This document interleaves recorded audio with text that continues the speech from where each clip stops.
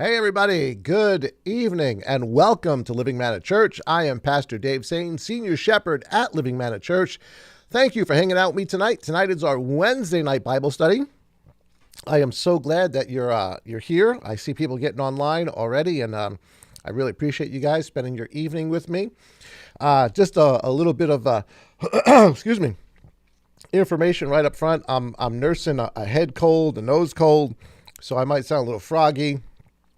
I'm a little tired, so I might end just a little bit early tonight, but we got a good study. We're gonna go through it. I'll go as long as I can, but if I sound a little funny, that's why. Again, it's Wednesday night. It's already the midweek. Can you believe March is already over? April, I believe, starts tomorrow, right? Yeah, tomorrow's the 1st. And this year is just flying by so quickly. Of course, you know, we've got Passover coming up really quick. If you haven't joined already, if you haven't gone online and signed up for Passover, you can do that.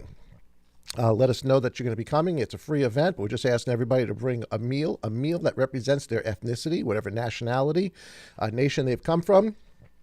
Bring that. It's called Passover of the Nations. You can go right to our app, and you can sign up right there. And of course, the Tabernacles information is also on there. Believe it or not, that's going to come really quick too. I know it's the 7th month, but that's going to come by really quickly. Again, I'm sorry guys for all the weird sounding voice and all the rest of that. I will do what I can with the water, the clearing of my throat. Not to sound too funny, but we are in the book of Thessalonians. We've been in it for a while. We are actually, believe it or not, we're actually going to, we're going to try to finish. I don't know if we're going to finish. We're going to try to finish chapter 4 and chapter 5, which is really the end of the book. We might save a couple of verses. Again, it depends on how long I actually go tonight. But for tonight, it's 1 Thessalonians chapter 4 and 5. And the title for tonight is called Times and Seasons. Times and Seasons. And you'll see how that fits in as we go through this just a little bit. As we get through the text, you'll see how that definitely applies. Let's say a quick prayer, and then we'll jump right into it. Father, give us eyes to see, ears to hear, and a heart that's willing to obey. In Yeshua's name, amen.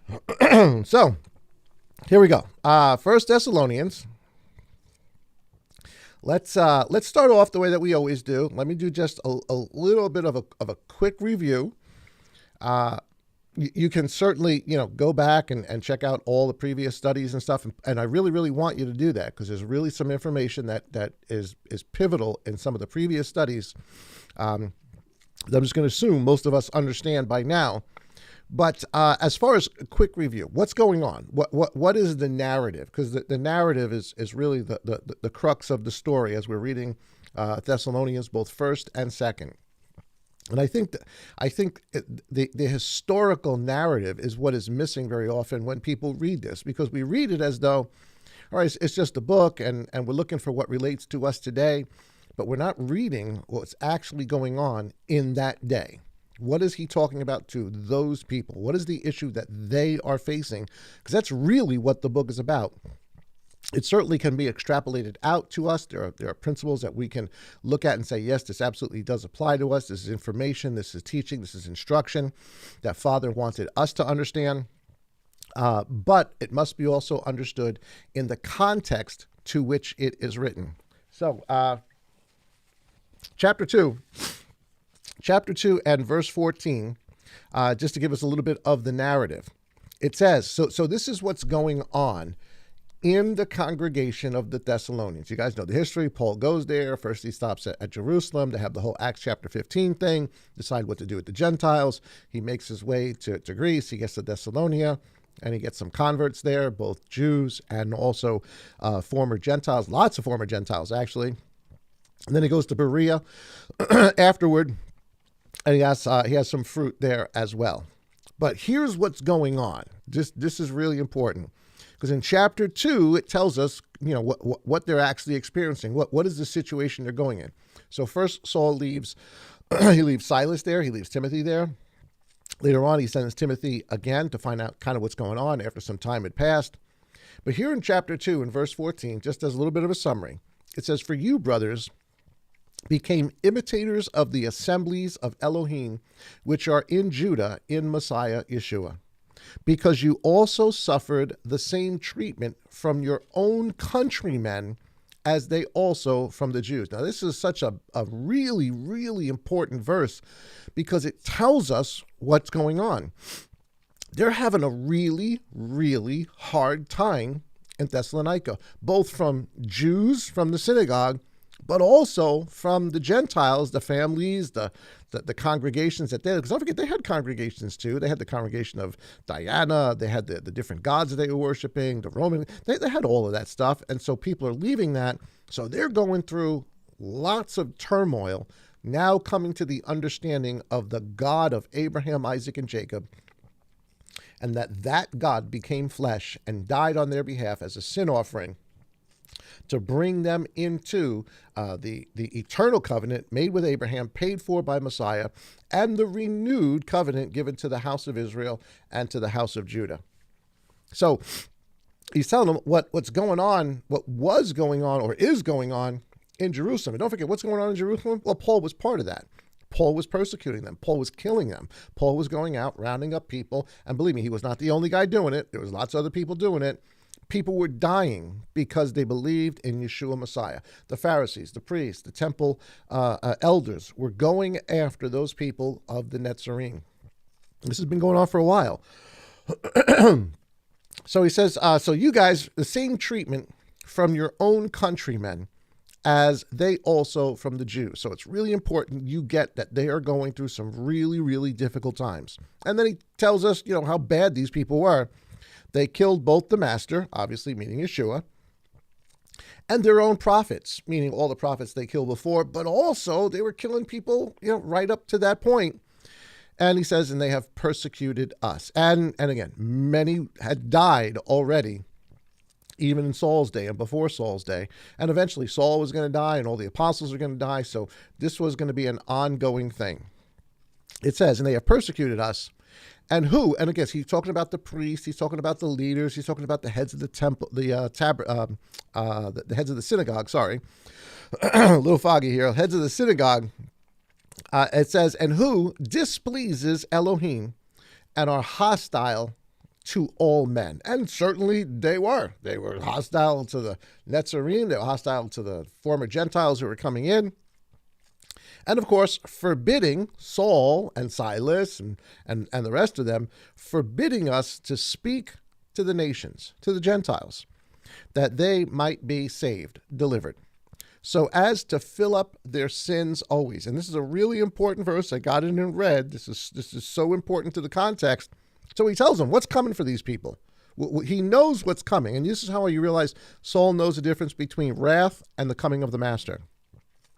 He says, but the wrath has come upon them to the utmost. He knows what's coming. He knows that the temple's about to be destroyed. He knows at some point in their generation, he heard it from the apostles. I'm sure maybe even the master told himself. He knows what's coming. Chapter 3, verse 3 gives us a little bit more information, same context. It says that no one should be unsettled by these pressures, for you yourselves know that we were appointed to this. And by pressures means tribulation, hard times, suffering. And he's telling them we were appointed to this. So this is supposed to happen. As bad as it is, guys, it's bad to the point where people are dying. It's bad, but Saul's trying to encourage them, telling them, listen, this is part of the whole thing. And of course, he's telling them, why are we destined to this? Because Yeshua said so. Yeshua said, and of course, he's quoting what would eventually become the Gospel of John. In this life, you will have tribulation. And of course, the master says, but, be of good cheer. I have overcome this world. Excuse me, guys. Sorry. So you will have tribulation. Of course, he means persecution, physical attacks, rejection, and ultimately death. You must realize there were people that were killed, murdered in Thessalonica. And that's got to be really, really a hard thing for these people who are just coming out of the paganism and believing in the God of Abraham, Isaac, and Jacob, to now be going through all of this. And even though they were still faithful and did some great things. So that's the first part of the review. Keep that in mind. Tribulation is occurring. And here is just sort of a watered down version of a teaching I did, a couple of weeks ago on the ABC. And I wanted to make it a little bit more simple for today. So this way, because I don't want to go through the whole teaching again, you guys can go back and you guys can listen to that stuff. But just for a quick review, here's what's going on. From the time of the crucifixion, actually before the crucifixion, all the way up to the time of the crucifixion and beyond, persecution is occurring, including the killing of the Messiah, the Son, just like the parables tell us, just like Messiah says. He's the master of the vineyard sends his son. They kill his son. So it's not just the Son, it's the disciples too. So there's persecution going on, there's killing going on. This is the tribulation that Messiah is talking about, or this is the tribulation that Saul is talking about. So it's not just for the Jews, this is also going on for the Gentiles as well. But there is going to come a time, because he says they are destined to wrath. Wrath is going to come upon them. The wrath or the vengeance or the day of Yah is the destruction of the temple and of Jerusalem. And this is a pivotal event. This is a core event we must understand, because it's sort of like that puzzle piece that goes right in the middle that really has most of the whole picture with it. And if you don't get that one center puzzle piece, you don't quite get the whole picture. This is it. The destruction of Jerusalem is the pivotal piece of everything. From that time on begins what we call Great Tribulation. And now from our perspective, we now know that that's been going on for some 2,000 years. At the end of that, whenever that is, 2,000 plus or minus, whatever, however long the master takes, the second coming. Then comes the master coming in the clouds with his angels, with the shout and the voice of the archangel and all of that stuff, to gather his elect from the four winds. Excuse me, guys. So that this little chart here, and again, guys, the notes are available. You can download them. They're in the description on YouTube there, but they're also in the app. You can go to the app and you can download these as well if you want to have them on your phone or on your iPad. So this little chart is sort of the 3-step process to everything that's going on. And honestly, and let me see if I can do this here. If we were going to mark where the disciples are on this timeline, there's something in red. I hope you guys can see it. Let me make that just a little bit bigger so you guys can see all of that. That line in red on the timeline of events, this is where they are. This is like 50, 55 AD, somewhere around there. It's not too far until the temple's going to be destroyed. And all the signs that Messiah said would happen are already happening in Jerusalem and in Israel and in the Roman world that will lead up. All the birth pangs are already happening. So on a timeline, this is where they are. Now, for you and I, let me put this in a different color. For you and I, we're like, we're somewhere here. If you guys can see that, I hope you can see that. Yeah. We would be somewhere here on the timeline. We now realize that there is a big difference, or big time frame, between the destruction of Jerusalem and where we are today. And that is called the Great Tribulation. And it's been going on for a long time. Now, I know you'll hear lots of other different things about 7 years and 3 years. It's just not what the master, actually talks about in Matthew. It just isn't. That's not the outline that he gives. And guys, you can go back and you can listen to all the studies we did on that. That's Matthew 24, Luke 21, Mark 13, and many others, including the whole book of Revelation we'll talk about at another time. So again, this is just review for you guys. You guys should already know this stuff. But I want that fresh in your mind as we now jump into the narrative and just continue on, because that's what we're going to go down. We're going to go right to the narrative. And this is chapter 4. We're going to back up just a little bit so we have some context for today. Here's chapter 4 and verses starting at verse 3 going through to verse 8. It says now, so even before he's gonna, he's been talking to them already about, the things that they're going through. He gives them some, just basic Torah instruction, which is what he should have been doing. This is what was already agreed upon at the Jerusalem Council. We went through this in detail last week, but here it is, just as the narrative. For this is the desire of Elohim, your holiness, your set apartness, that you should abstain from whoring. Don't forget, that's, that this whole sexual atmosphere was part of worship in that day. That was just a regular part of worship.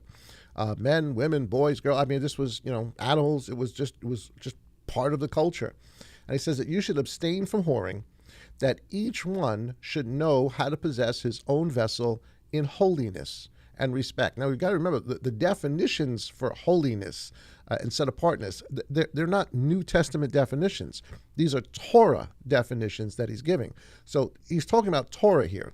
So if for those that might think that, well, the instruction, the word, the Torah, wasn't given to the Gentiles. No, here it is, right here in front of us. And of course, all of this information he's talking about here comes right from the book of Leviticus, chapter 17, 18, 19, 20, and so on. Again, check out last week's study, and you'll get more information on that.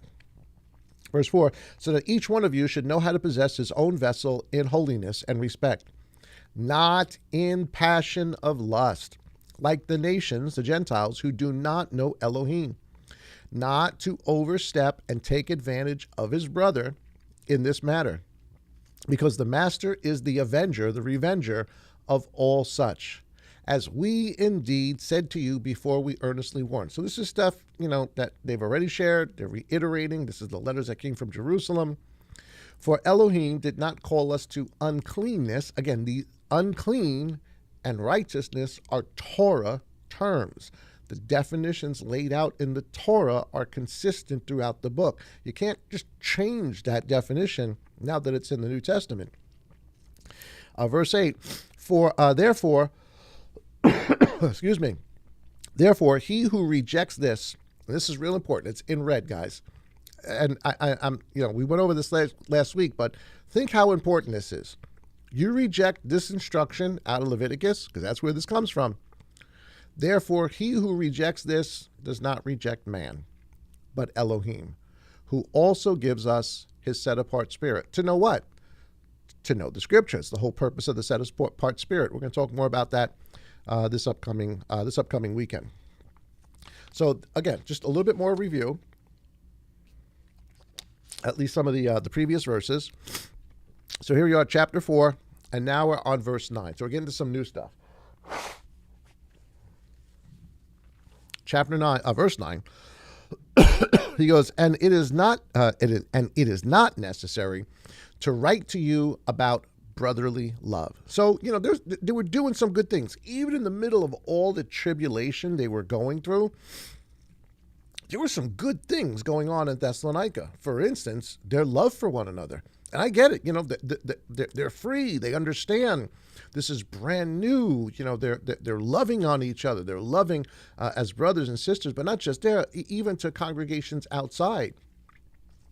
It says, and it is not necessary to write to you about brotherly love, for you yourselves are taught by Elohim to love one another. So this is, something that, they were easily adapting into this concept of loving one another. Verse 10, for in fact, you do so toward all the brothers who are in Macedonia. So everybody in Greece, the other congregation, the Berean congregation, the Laodicean congregation, they were aware of one another.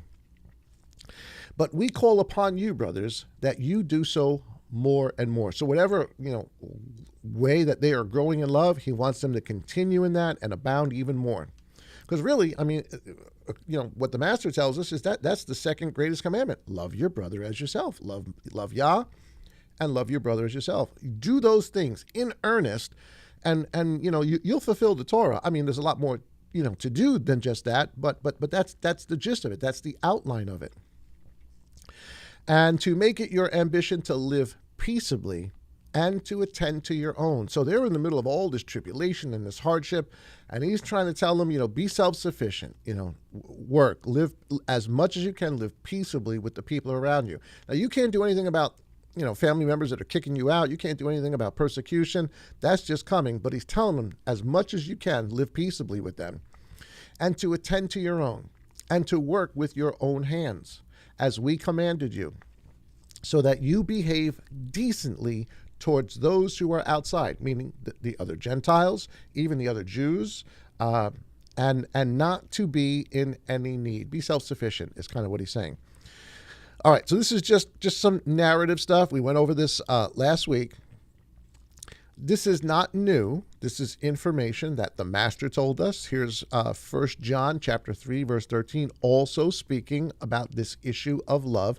This is just really good, practical Torah instruction. This is what it's about. People hear Torah and they're thinking, making sacrifices and all that kind of stuff and temple stuff. No, this right here, this is Torah. Loving your Lord, loving Yah, and loving one another. 1 John chapter 3, starting at verse 13. Now, this is obviously a different apostle, and actually he's quoting Yeshua, which is really what the apostle Paul is doing. But listen to some of John's words concerning the same thing that the Thessalonians were doing. They were walking in love. Do not marvel, my brothers, if the world, and by the world, again, the world he means the religious world around them.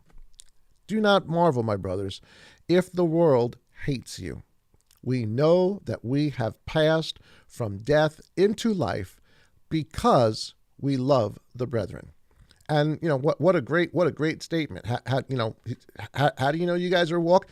When you love one another, when you're really excited to meet another brother, another sister.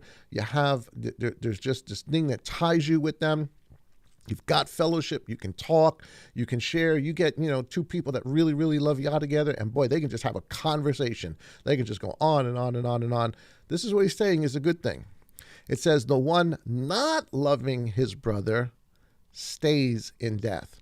So this is really important, because what he's told us already is that the Pharisees won't allow them to minister to the Gentiles, or they're coming against them. That's hatred. And they're not in love, which means they are still in death. Verse 15, it says, everyone hating his brother, and this is coming right from the Master's teaching in the Gospel of Matthew, chapter 5, the whole Beatitudes and Sermon on the Mount. Everyone hating his brother is a murderer. Wow. That's probably, worth a study in and of itself. And you know that no murderer has everlasting life in him. Boy, again, that's a heavy. That's really a heavy. Hate your brother, and you have no everlasting life in you.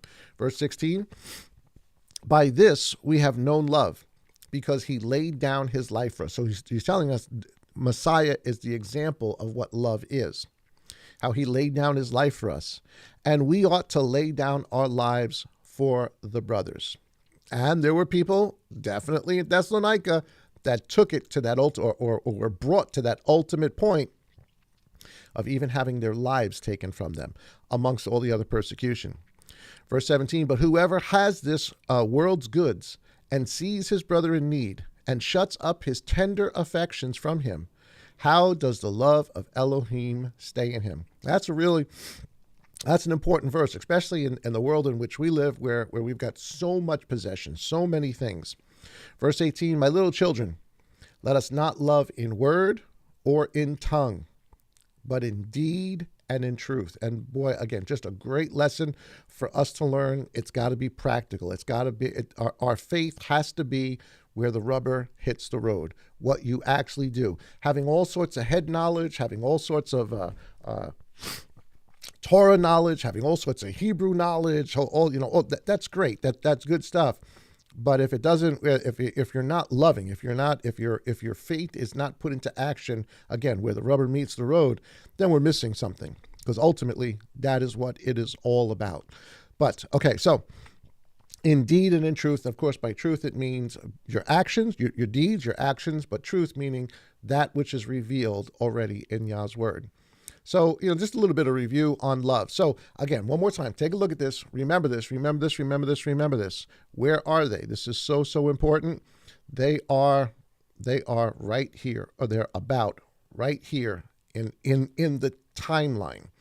Things are bad. Things have gotten very, very difficult. Both they're going to be bad from the Roman Empire perspective of it, from the Gentiles, but it's also bad from the Hebrew or the Jewish perspective as well.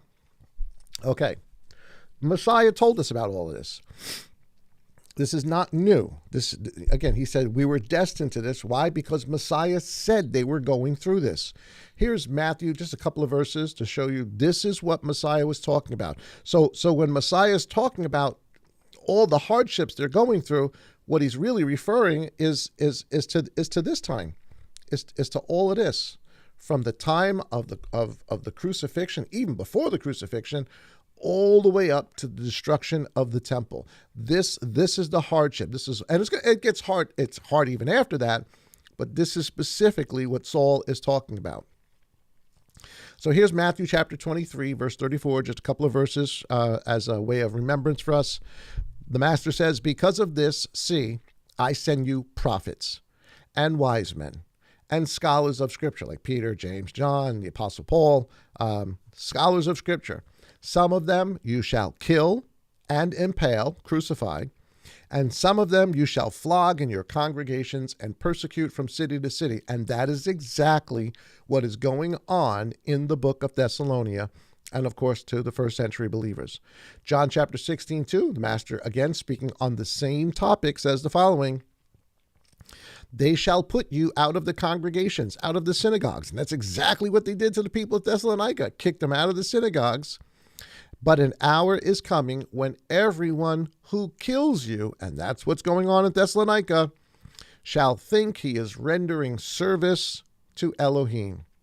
And they shall do to you because they did not know the Father nor me.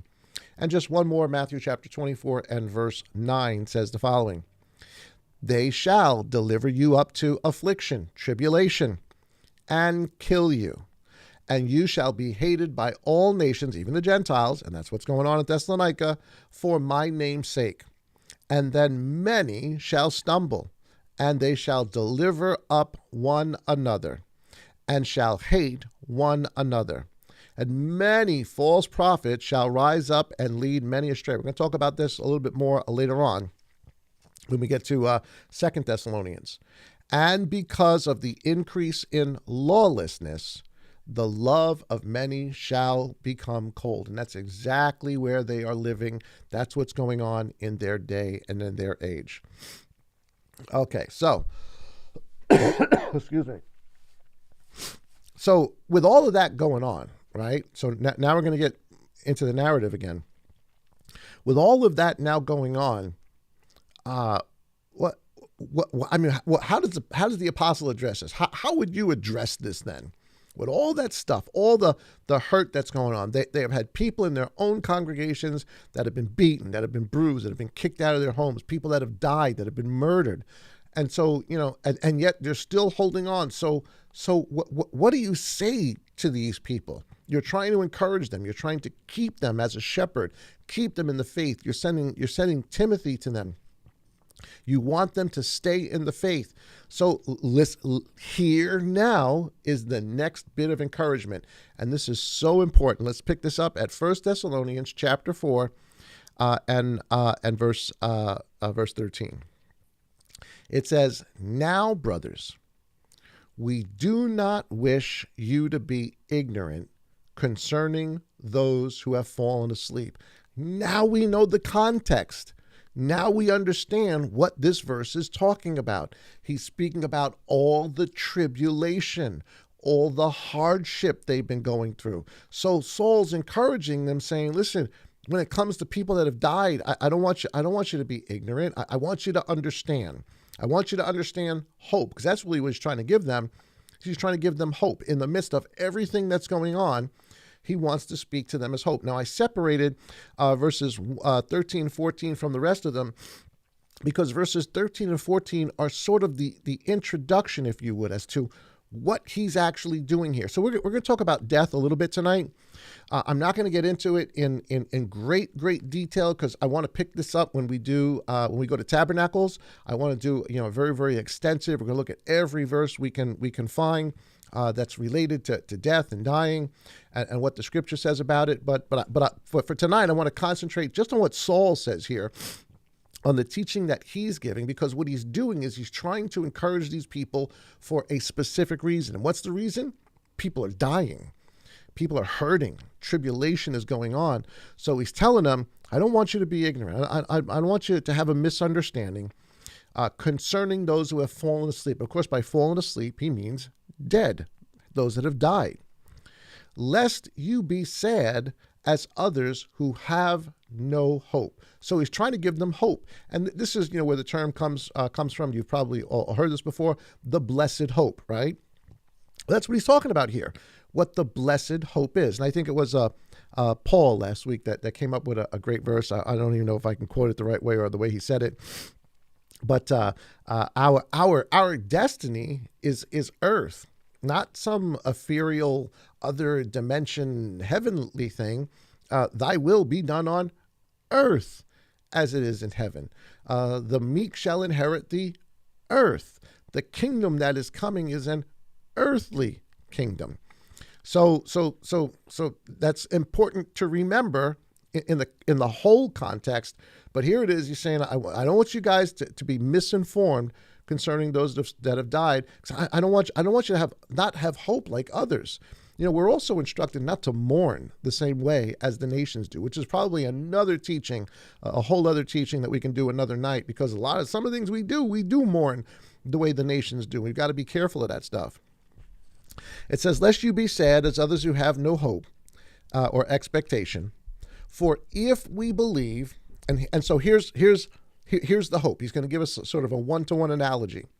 For if we believe that Yeshua died and rose again, that's it. That's it in a nutshell. What is he about to talk about?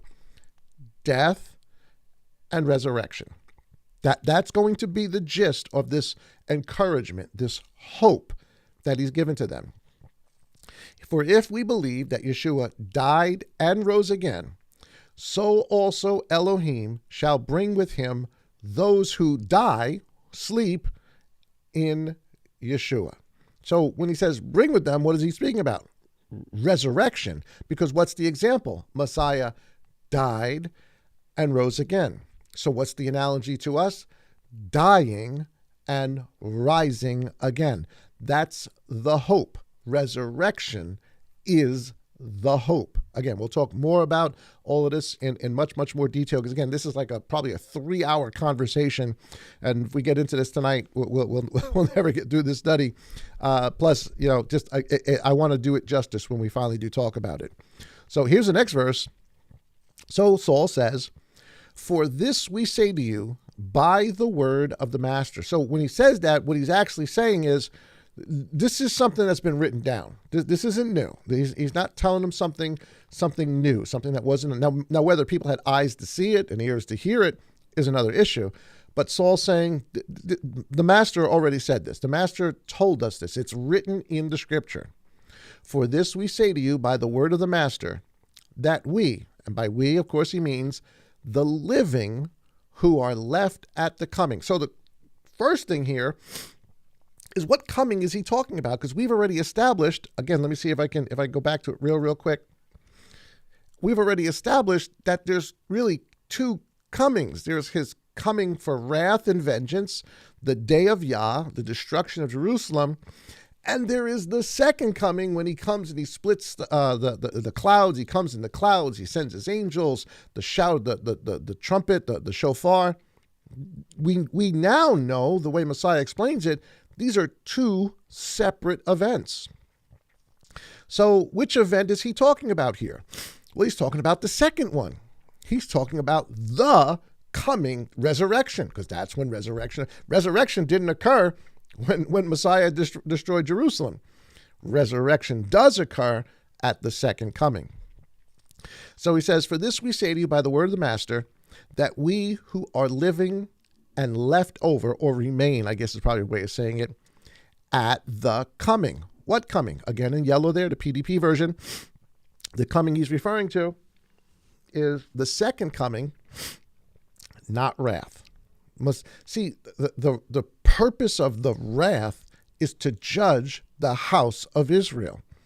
The purpose of his second coming is to gather the house of Israel. He's not coming for wrath on the house of Israel. Yes, he is coming to judge the nations and to set the nations in order, but the topic here is the judgment of Israel. That's what the wrath is about.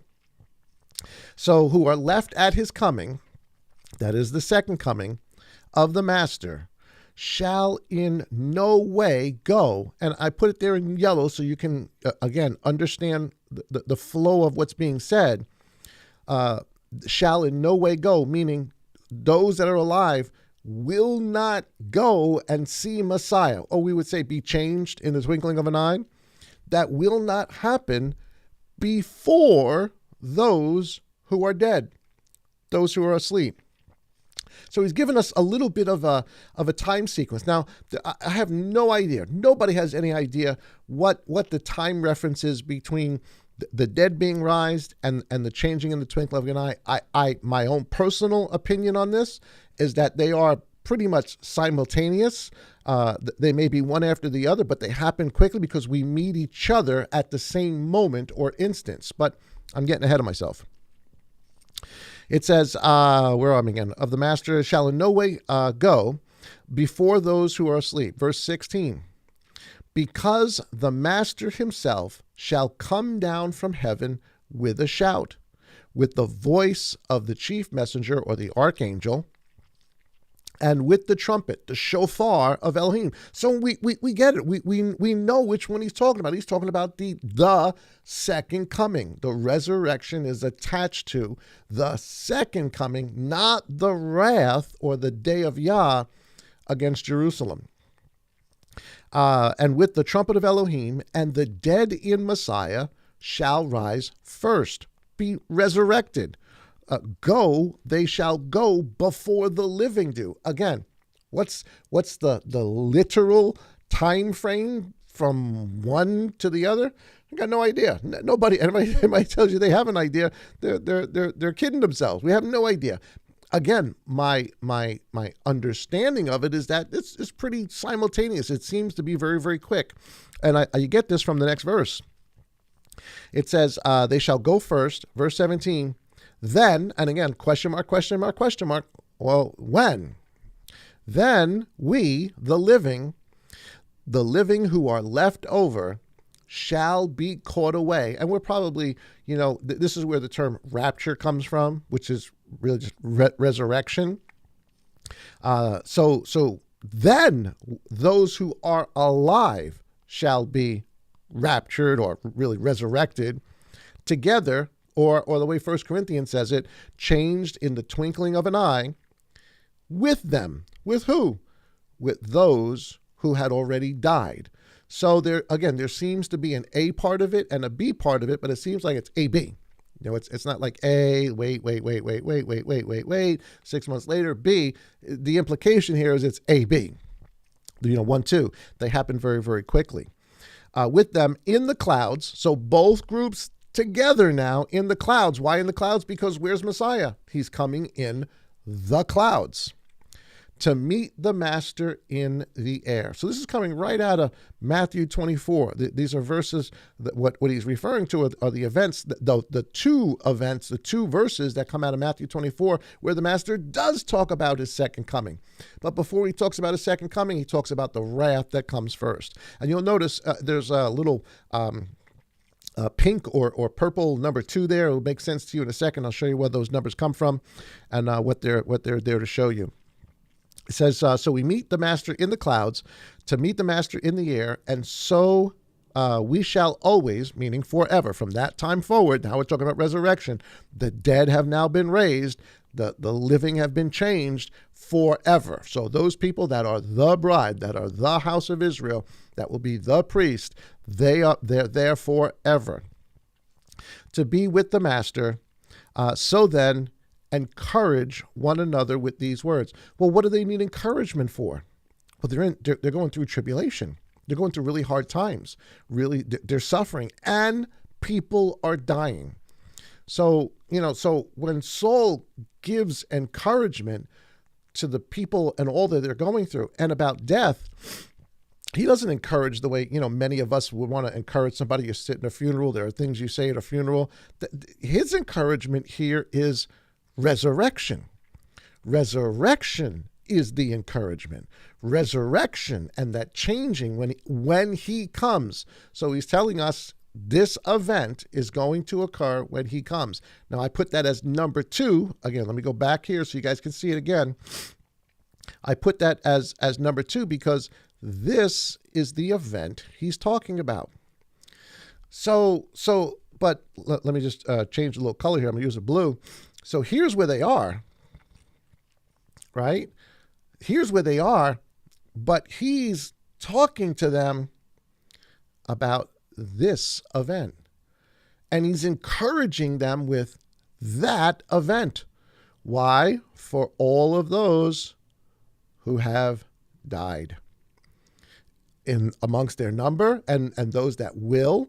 I really do believe Saul understood the difference between the wrath and the second coming. And you'll see that will play out a little bit tonight. So I hope you guys get that. I think this is really, really important to the story and to the ultimate concept. Again, there's so much more that we can do on death and talk about death. Again, I just don't have time to do this tonight. I want to really save this and really do it justice when we get together for Tabernacles.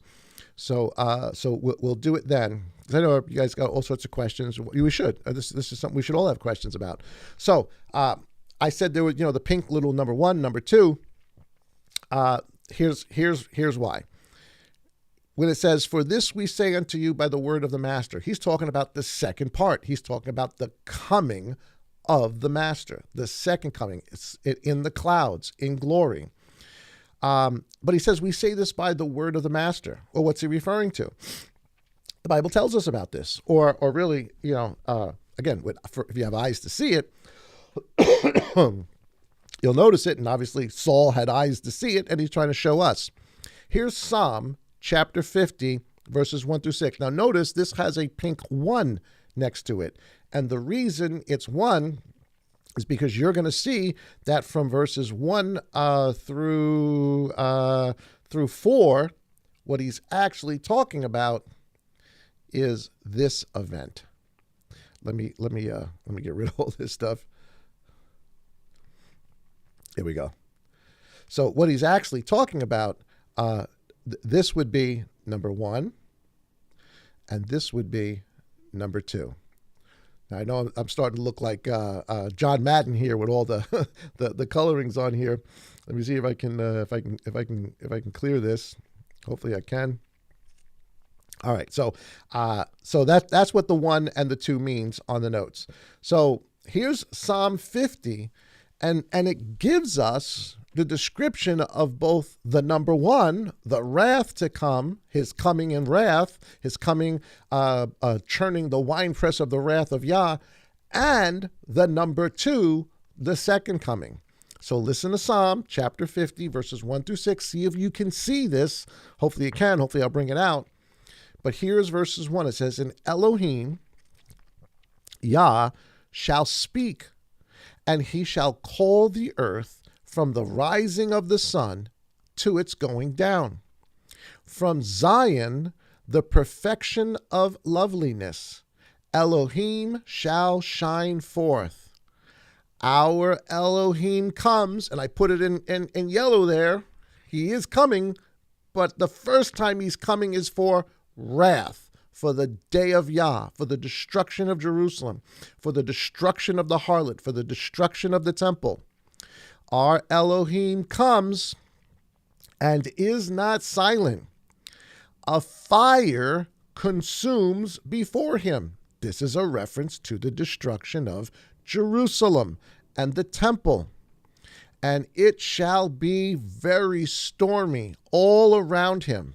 He calls to the heavens from above and to the earth to rightly rule his people, to judge his people, to take the sickle of the wrath of God and plunge it into the grape harvest. That's what he's referring to here. So that's verses 1 through 4.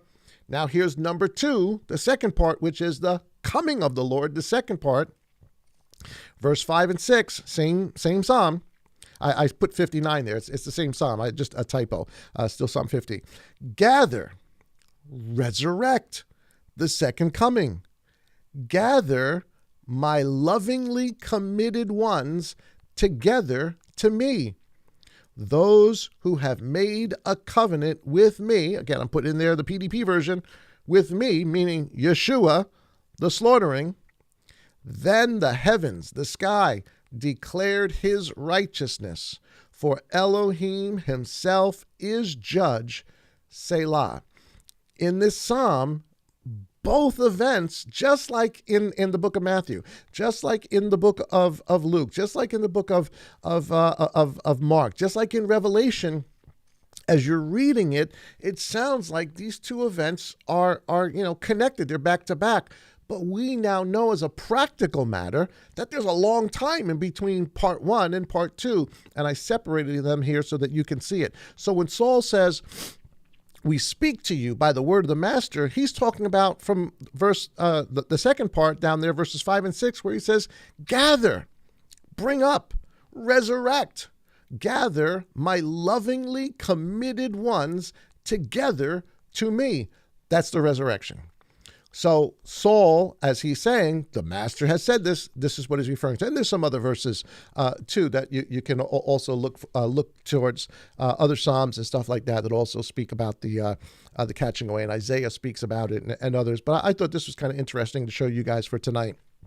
I hope that you can you can divide out and see that both timeline events are here, but they're spoken about in a sentence, and the sentence is connected. There's a period in the rest of the sentence, but we now know that there's a great pause in between the two, and that pause for us, at least for right now, is something like 2,000 years.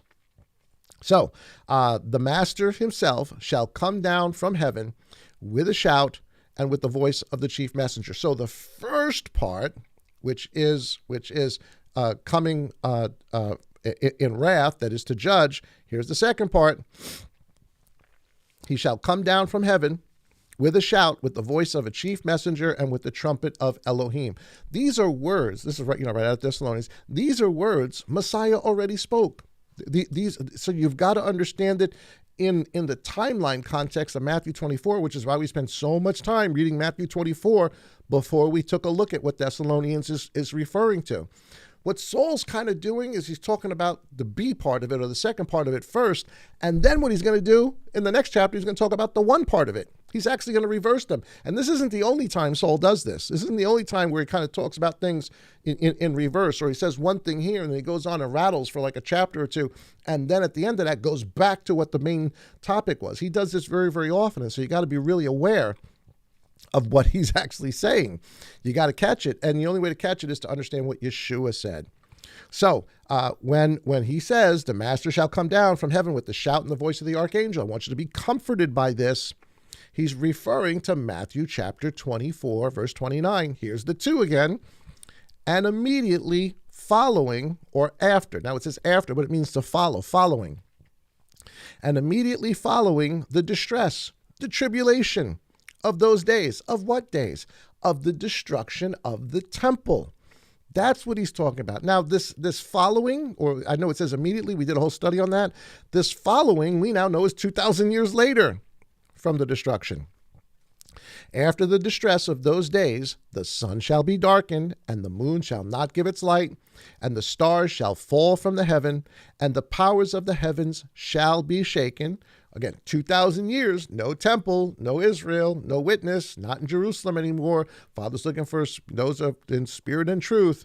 That is done.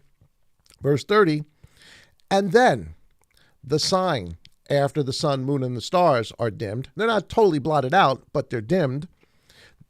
Only in part. Israel has fallen away in part. They're dimmed a third of the day, a third of the night, a third of the moon, a third of the stars. When you read Revelation, that's what this is talking about.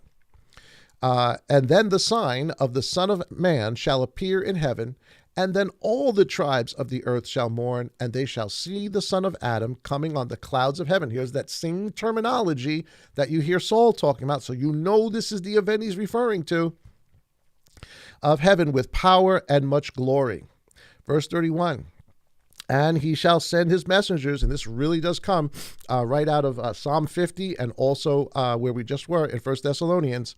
And he shall send his messengers with a great sound of a trumpet, and they shall gather together his chosen from the four winds, from all over the earth, from one end of the heavens to the others. So when in chapter 4, as Saul is telling us about the tribulation. Let's do this again. They're in tribulation here.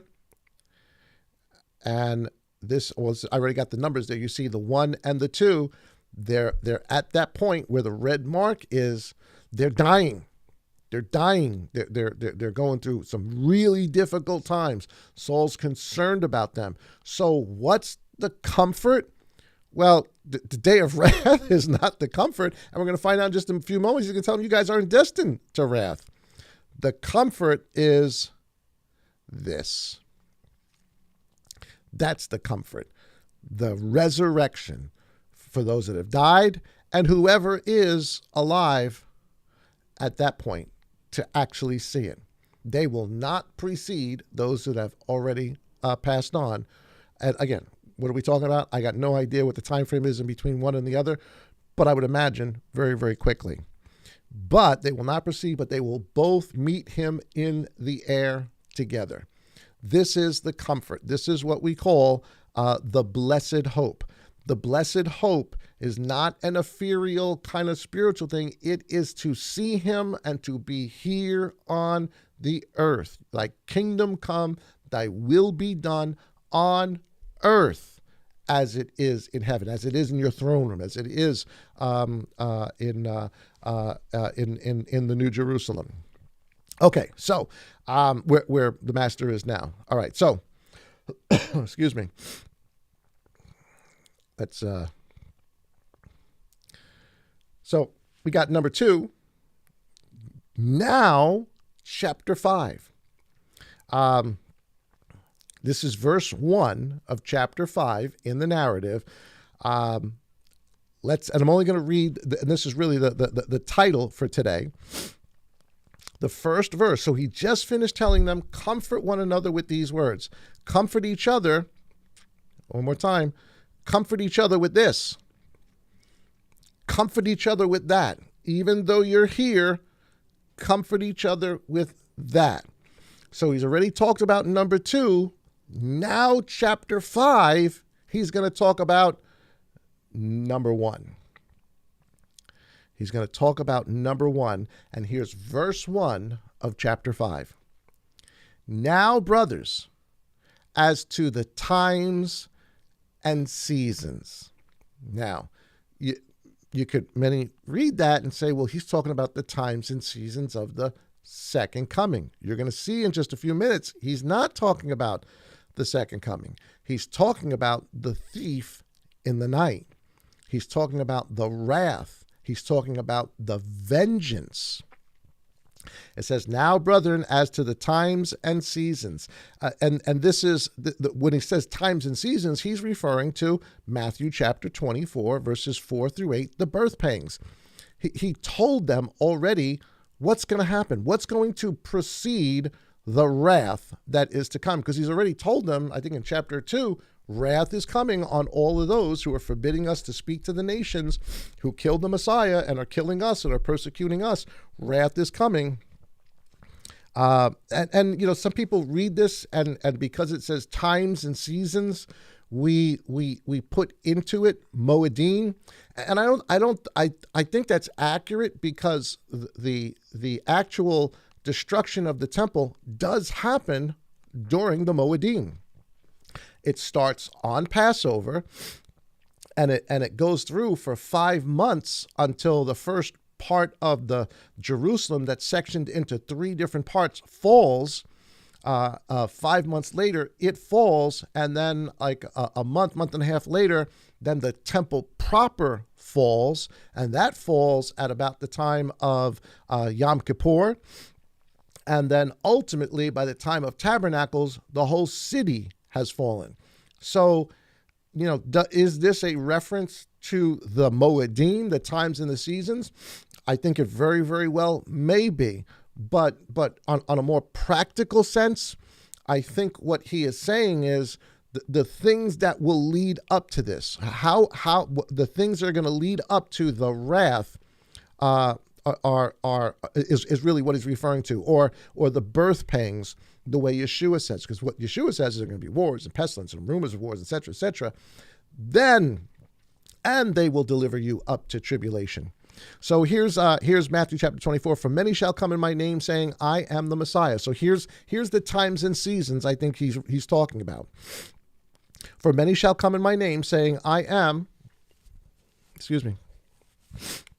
the Messiah, and they shall lead many astray. And certainly that happened. That happened throughout Israel. That happened multiple times. Lots of guys came up and said that they were Messiah. They went into the desert. They got a whole army together. They were in Jerusalem. They got an army together. Exactly what Messiah said is exactly what happened during those years between the resurrection and the destruction of Jerusalem.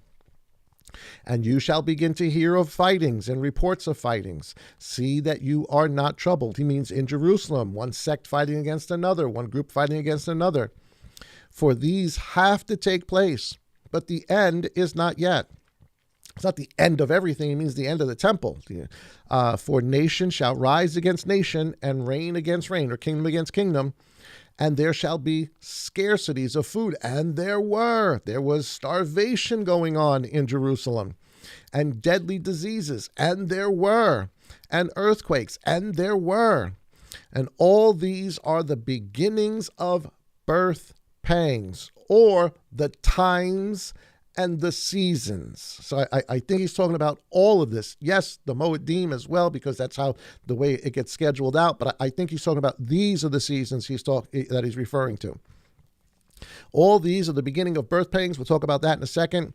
You do not need to be written to, for you yourselves know very well. So he told them. So we're going back to the narrative. So verse 1, I put it all in blue. I'm sorry. It really from this verse on, it's the narrative in Thessalonians. So now, brothers, as to the times and the seasons, you do not need to be written, for you yourselves know very well. So in other words, he told them about this before. So when we're reading it in 1 Thessalonians, what he's telling us is we went over this before. We went over this, but back when he was in there with Silas and Timothy.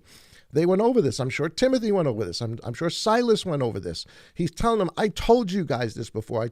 Now, why would he tell them this? Because this is the last week of Messiah's life. This is all he talked about, the last week of his life. Sure, this is going to be information that they shared, aside from the fact that he is Elohim and that he died for them. So he's telling us, I told you guys about this. I told you guys about times and seasons before. For you yourselves know very well that the day of Yah, that's different from the resurrection. And we spent a whole lot of time. I don't want to go over all the verses again. You guys can go back and check out the study on the day of the Lord. I called it the day of Yah. And you'll see every single, there's not one instance where the day of Yah is spoken of. Every single one speaks about the destruction of Jerusalem. Every single account of the day of Yah speaks about the judgment of Jerusalem. So when you read the book of Revelation and John says, I was in the Spirit on the Lord's day, he's not talking about the Sabbath. He's not talking about that I was in the Spirit on the Sabbath, or, like as others would say, he's not talking about Sunday, because Sunday is the Lord's day. No, he's not talking about that.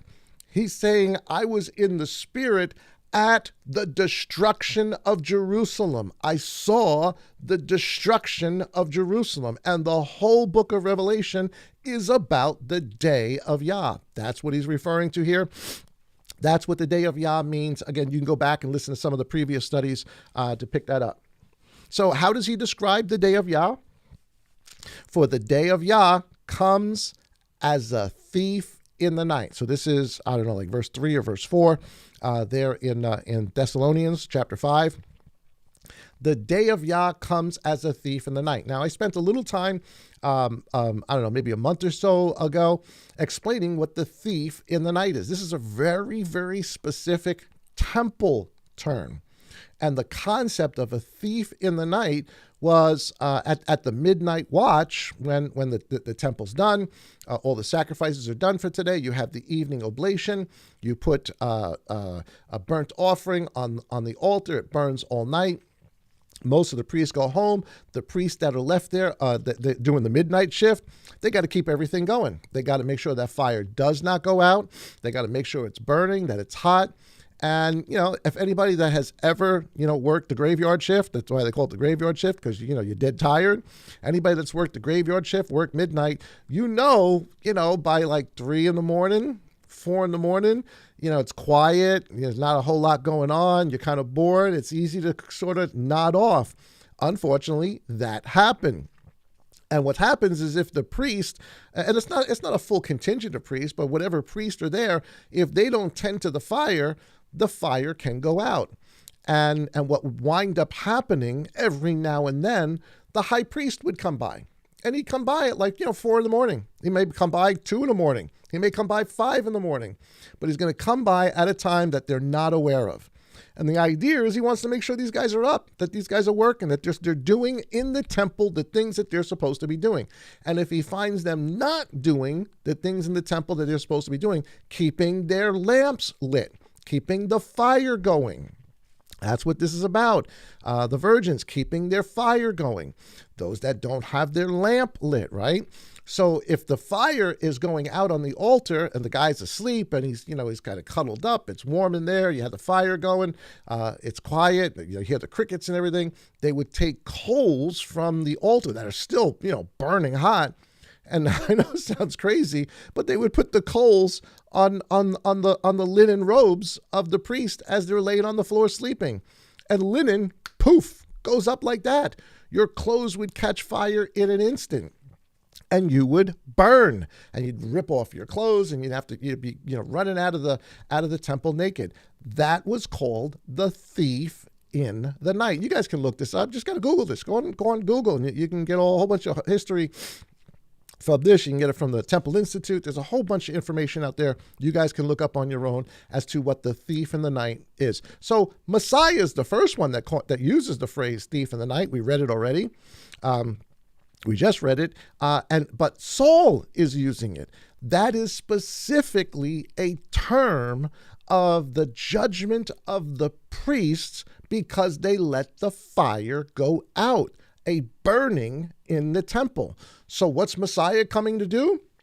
So when he says here, for you yourselves know very well that the day of Yah comes as a thief in the night. He's telling us what the day of the Lord or the day of Yah is. It is the judgment of the priesthood. It's the judgment of those who have let the fire go out. It's the judgment of the harlot, the judgment of the temple. That's what this is about. So he's not talking about here, number two, he's not talking about the second coming. He's now talking about the wrath. The second coming is a time of encouragement for them. And you're going to see this is going to be a time of encouragement too, because he's going to tell them, you guys aren't destined to this. This isn't going to be you. But well, I'm getting ahead of myself. So he says, let's go back to it. It says, for you yourselves know very well that the day of Yah comes as a thief in the night. For when they say peace and safety, then sudden destruction comes upon them. And here it is again, as labor pains upon a pregnant woman. These are exactly the words Messiah used, that these nation shall rise against nation, scarcities of food, diseases, earthquakes. All these are the beginning of birth pains. He's talking about the destruction of Jerusalem, not the second coming. This is what Saul is talking about here. The destruction of Jerusalem, not the second coming. As labor pains upon a pregnant woman, and they shall not escape. Who? The priest. Jerusalem. The temple, the harlot, she's not going to escape. But you, brothers, are not in darkness, because when does this normally happen? In the midnight watch, in the middle of the morning, in the middle of the night. That's when the high priest comes. And who is Messiah? He's the high priest. And what is he coming to do? He's coming to judge the Levites, which is what the whole book of Hebrews is all about. You are not in darkness, so that this day should not overtake you as a thief. Messiah already told them this was coming, and he told them the seasons and the times which to watch for to know it is coming. And now they see all these things going on. They see what's happening with Rome. They see the persecution that's going on out of Jerusalem. They see the persecution in the synagogues. They know what's going on with the apostles. Saul's going to go back to Jerusalem. He's going to get arrested and wind up in Rome. All of this stuff is going on. There's wars. The Pharisees or there's all sorts of different sects and zealots, and they're fighting each other, and they're at each other's throats, and they're at Rome's throats, and it's going to just keep continuing until the birth happens. A birth pangs. All right, so I want everybody to really, really be sensitive to this idea. And I'm sorry that I put it all in blue. I should have put it in a different color so that you can see which words are coming from Thessalonians versus which words coming from Messiah. But all of them are referring to the same thing. The times and the seasons, pestilence, war. And I know, we're so used to the idea of looking, today. Guys, there's wars going on. There's rumors of wars going on. There's famine, there's sickness, there's earthquakes, there's volcanoes. All of those things are going on. All those things have been going on for 2,000 years. That's not what this is about. This is specifically about the day of Yah, the day of the judgment of Jerusalem, the day of the judgment of the temple. All right, so this day should not take you as a thief in the night. So here it is, verse 2. Again, for you yourselves know very well. Sorry, guys.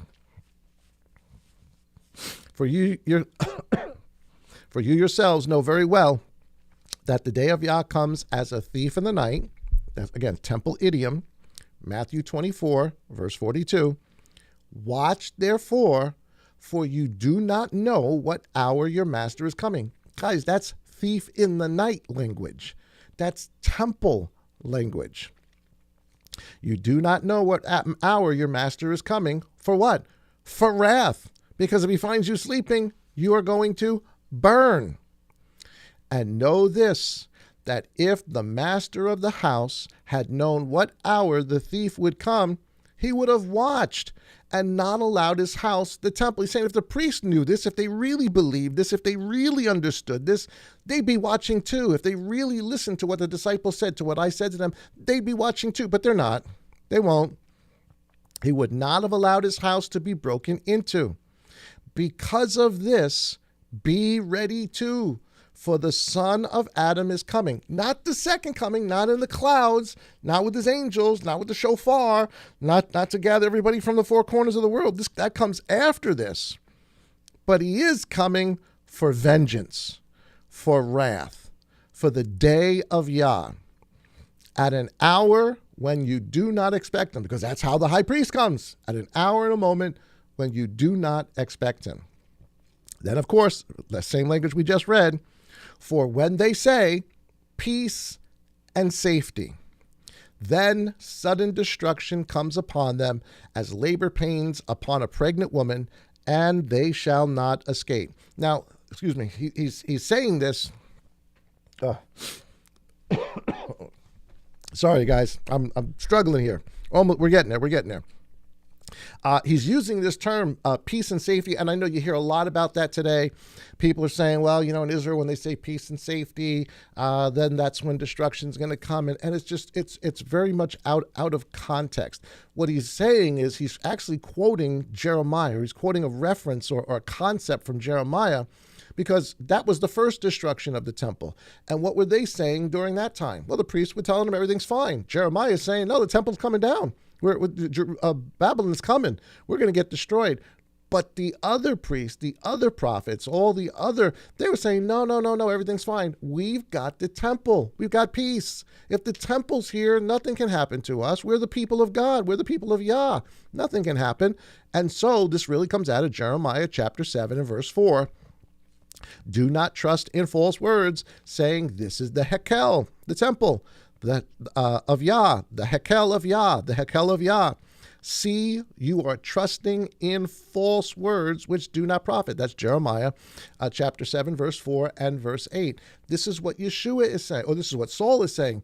When they say peace and safety, guys, they knew the animosity between Rome and Jerusalem was at an all-time high. There had been multiple skirmishes between zealots and the Romans, multiple crackdowns. They knew this thing was getting bad. You had different zealot groups fighting each other in Jerusalem even before the Romans get there. They destroyed their own food stores before they get there. But this whole thing starts at Passover. To 250,000 people, more than that, it's 250,000 lambs, more than that people would come into Jerusalem. So we know from, Josephus, about 1 million people, he says, die. If his numbers are correct, he says about 1 million people die in Jerusalem, which is mind-boggling in and of itself.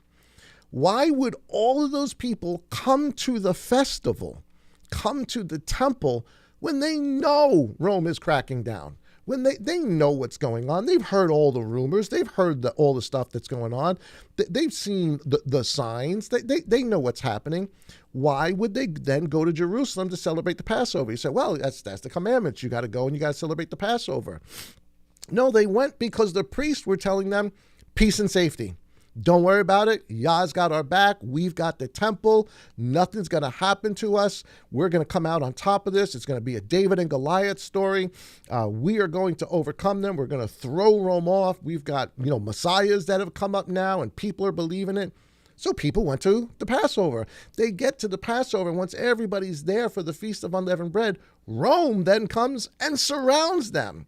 So they were yelling peace and safety until sudden destruction came upon them. This is history. This is what has already happened. And so this is what Saul is telling us. What he's telling the people of Thessalonia, this is what's going to happen. And of course he's telling them because this isn't just going to affect the people in Jerusalem. This is going to affect synagogues and Jews everywhere throughout the empire. The hatred, the animosity against the Jew is going to be nationwide, empire-wide. And the Netzarim, even if they are Gentiles, are going to be considered by Rome, as they would be considered by their own families who were kicking them out. They would look at the Netzarim as Jews. You're part of the sect of Judaism. You're part of the way. You're part of the Netzarim. You're just a sect of Judaism. And so whatever hardship and suffering is going to come on Jerusalem is also going to affect in some real way all the people throughout the empire.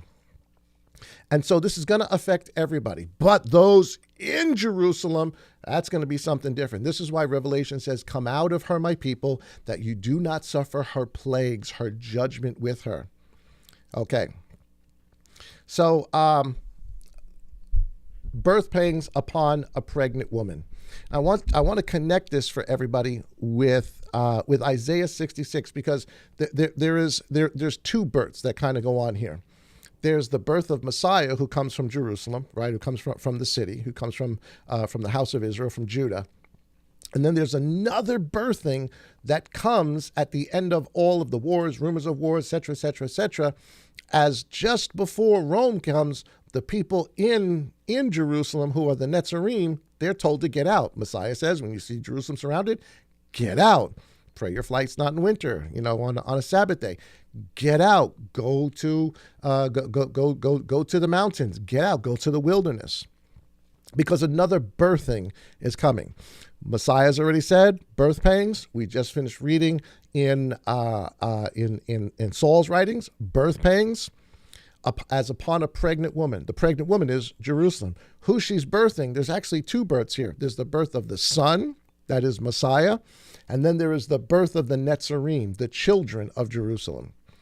Isaiah 66. This is what Isaiah 66 is talking about. Guys, Isaiah is a fabulous book. Isaiah is the prophecy of the whole New Testament story.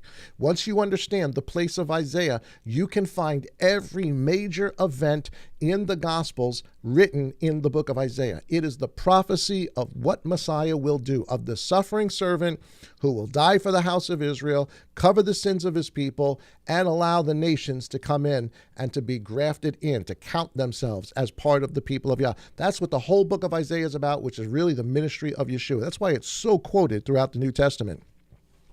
So Isaiah 66, listen to this whole idea about this pregnant woman, about this peace and safety and all the rest of that. Isaiah 66, verse 6, a roaring sound from the city, a voice from the Hekel, the temple, a voice of Yah repaying his enemies. What enemies? The priests, the scribes, the Pharisees, the zealots, and everybody else that's there. Before she, Jerusalem, labored, before there were wars and rumors of wars, etc., etc., etc. Those are the labor pains. Before that, she gave birth. To who? To Messiah. Before a pain came to her, she was delivered of a male child. Yeshua, who has heard the like of this. That's amazing. This is really, we're talking about the virgin birth here. Who has heard the like of this? So before she actually goes into labor, she gives birth to a son. Yes, she gave birth to Messiah. Who has seen the like of this? Is a land brought forth in one day? Is a nation, a born again nation, the house of Israel, the new covenant with the house of Israel. Is a nation born at once? Yes, it will be birthed on that day when they get out of Jerusalem, out into the wilderness, and then go all over the world to spread this gospel everywhere. Is a nation born at once? For as soon as Zion labored after wars and rumors of wars and pestilence, after they said peace, peace, she gave birth to children. Well, she already gave birth to a son, it just told us. Now she's going to give birth to children. The children, of course, are the Netzarim. Shall I bring to birth and not give delivery? Says Yah. Shall I who give delivery restrain birth? He says, all right, should I not do this? No, of course I got to do it. If we're going to have all the labor pains, we're going to have a birth. I'm going to take the nation from them, and I'm going to give it to a new nation, a new people. Says your Elohim, verse 10, rejoice with Jerusalem and be glad with her, all you who love her. Rejoice greatly with her, all you who mourn for her. Guys, this is part of what Saul's talking about in 1 Thessalonians chapter 5, first 7 verses. This is what he's talking about. This is what's coming. This birthing, this destruction of the Hekel. Here is, before she, Jerusalem, labored, she gave birth, i.e. the Messiah. Before a pain came to her, she was delivered of a male child, and then she gives birth to children. This is the book of Revelation. Again, what's the book of Revelation about? The day of, I was in the Spirit on the day of, we're used to the English, right? The day of the Lord, the day of Yah. I was in the Spirit on the day of Yah. On the day of the destruction of Jerusalem, I saw the labor pains. I saw the birthing. I saw the children come out. That's what every prophecy is throughout the book of Revelation. Here's Revelation 12:2. And being pregnant, who? Jerusalem. She cried out in labor and in pain to give birth. She bore a male child. Guys, this is right out of Isaiah 66. This is right out of this. This is right out of Matthew 24. And she bore a male child, Yeshua, who was to shepherd all nations with a rod of iron. Things are going to change when the Messiah comes. And her child was caught away to Elohim and to his throne, resurrected. Then verse 17, you guys should know this. We've gone over this before. And the dragon was enraged with the woman and went to fight with the remnant of her seed, her children, the ones who got out, the ones who are now being birthed after the labor pains, the nation that was birthed in one day, those who guard the commandments of Elohim and possess the witness of Yeshua Messiah. This is what Saul is talking about in 1 Thessalonians, the first 4 or 5 verses, as he's telling them, I already, as far as the times and seasons of the wrath to come, I already told you guys this. I already told you. I want you to be comforted that no matter what you're going through, even to the point of dying, there's resurrection.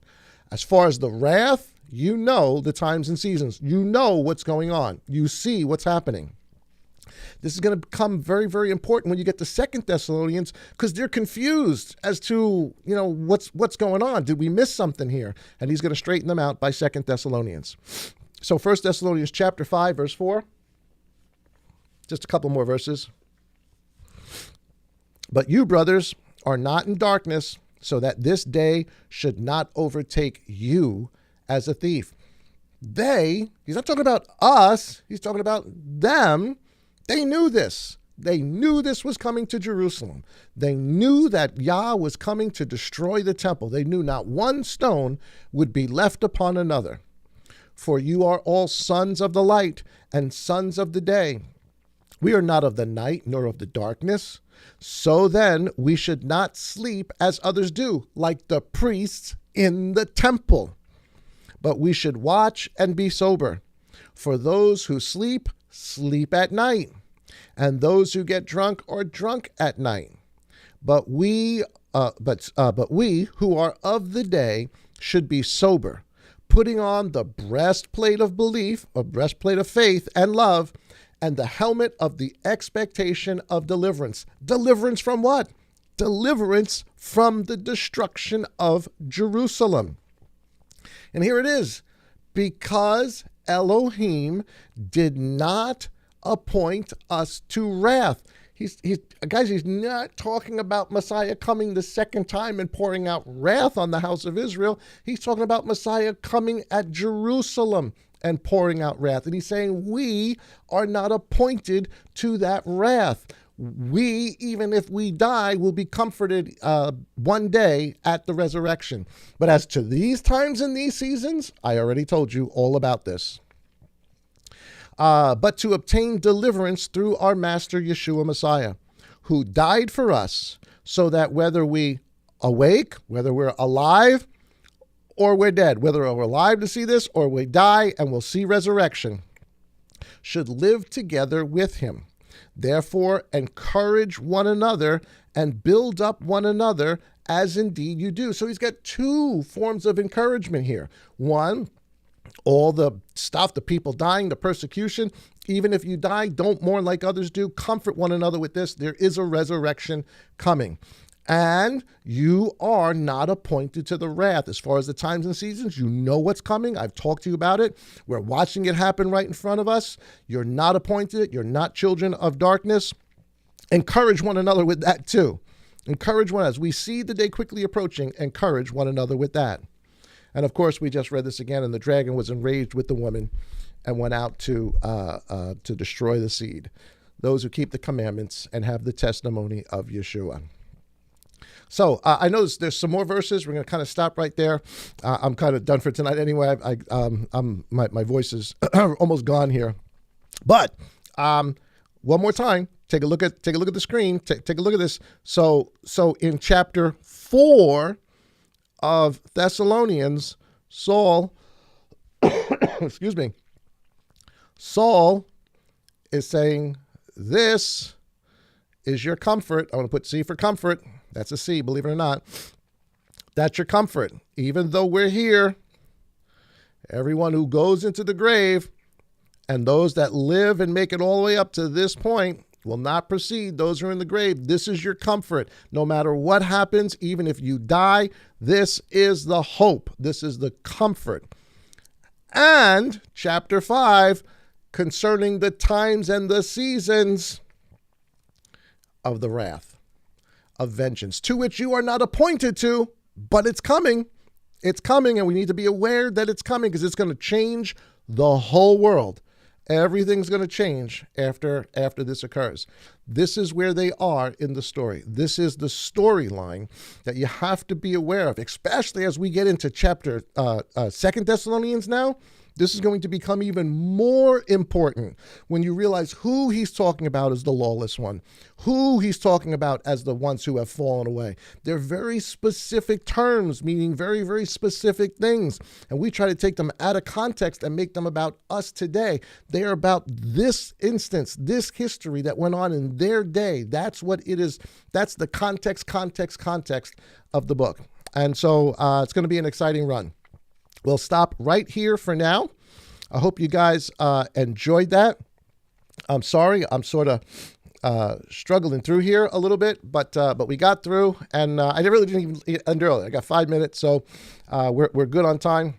But thank you, everybody, for hanging out with me tonight. I really appreciate it. Hope you enjoyed that study. Listen to it again. Go back over it.